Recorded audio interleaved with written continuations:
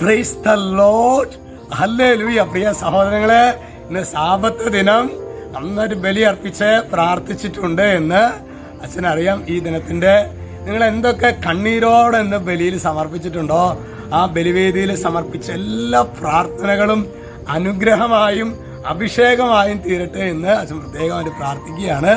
ഇന്ന് നമ്മൾ അതിന് വിപരീതമായിട്ട് ഇന്ന് പ്രഭാതത്തിലാണ് നമ്മുടെ താമസിച്ചുള്ള ധ്യാനത്തിന്റെ അവസാന ദിവസമാണെന്ന് അറിയാമല്ലോ. ഇന്ന് രാവിലെ 7 മണിക്കാണ് ബലി അർപ്പിച്ച് തുടർന്ന് നമുക്ക് അഭിഷേക പ്രാർത്ഥനകളും കാര്യങ്ങളൊക്കെയാണ് ഉച്ചയ്ക്ക്. നിങ്ങളുടെ പ്രാർത്ഥനയിൽ നല്ലൊരു ഗ്രൂപ്പിന് ദൈവം നമുക്ക് നൽകിയിട്ടുള്ളൂ. നല്ലൊരു ഗ്രൂപ്പിനാണ് നിങ്ങളുടെ പ്രാർത്ഥനയ്ക്ക് പ്രത്യേകമായിട്ട് യേശുനാമത്തിൽ അച്ഛൻ നന്ദി പറയാണ്. പിന്നെ നാളെ 2 ശുശ്രൂഷകളാണ്. നാളെ നമ്മളിത് 3 മണിക്ക് ഇന്നത്തെ ധ്യാനം കഴിയും. പിന്നെ നന്ദി പറഞ്ഞ പോലെ പ്രാർത്ഥിക്കും.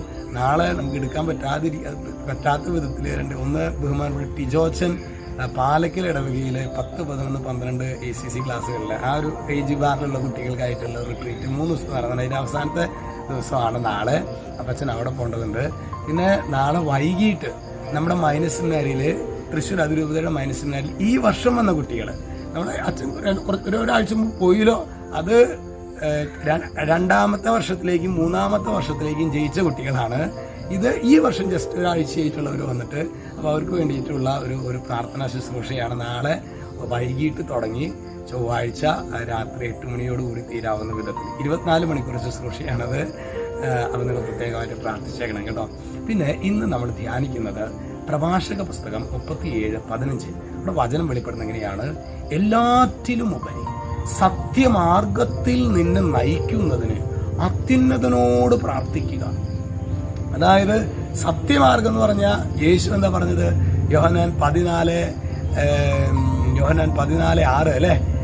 വഴിയും സത്യവും ജീവനും ഞാനാണ്. അപ്പൊ സത്യമാർഗം എന്ന് പറഞ്ഞാൽ പ്രഭാഷക പുസ്തകങ്ങളിൽ പറയുന്നത് യോഹന്നാന്റെ സുവിശേഷത്തിൽ പറഞ്ഞ യേശുവാണ്. നമ്മൾ അങ്ങനെയാണ് അത് ധ്യാനിക്കേണ്ടത്. അപ്പൊ എല്ലാറ്റിലും ഉപരി സത്യമാർഗത്തിൽ നിന്നെ നയിക്കുന്നതിന് അത്യുന്നതനോട് പ്രാർത്ഥിക്കുക. പ്രിയ സഹോദരങ്ങളെ, നമ്മുടെ ജീവിതത്തില് എനിക്ക് കുറച്ചുകൂടി നന്നായിട്ട് ജീവിക്കണം ആഗ്രഹമുണ്ട് ഈശോയെ. നമുക്ക് എല്ലാവർക്കും ആഗ്രഹമുണ്ട്, പക്ഷെ അത് പറ്റുന്നില്ല എന്നുള്ളതാണ് വാസ്തവം. അപ്പോൾ നമ്മളിന്ന് പ്രാർത്ഥിക്കുന്നത്, ദൈവമേ, യേശുവേ, എന്നെ സഹായിക്കണമേ. പ്രതികൂലങ്ങളൊക്കെ വരുമ്പോൾ ഞാൻ പെട്ടെന്ന് ഇടിഞ്ഞു പോവാണ്. എനിക്കൊരു മനഃശക്തിയില്ല. എനിക്ക് ആകെ ഞാൻ ഒരു വ്രണിത ഹൃദയനായിട്ടൊക്കെ പെട്ടെന്ന് തീരുന്നുണ്ട്. എന്നെ സഹായിക്കണം. സത്യമാർഗത്തിലൂടെ എന്തൊക്കെ വന്നാലും യേശുവിൻ്റെ മാർഗത്തിലൂടെ മാത്രം ചരിക്കാൻ വേണ്ട ഒരു കൃപ എനിക്ക് തരണം. ഈശോ നിങ്ങളെല്ലാവരെയും സമൃദ്ധമായി അനുഗ്രഹിക്കട്ടെ.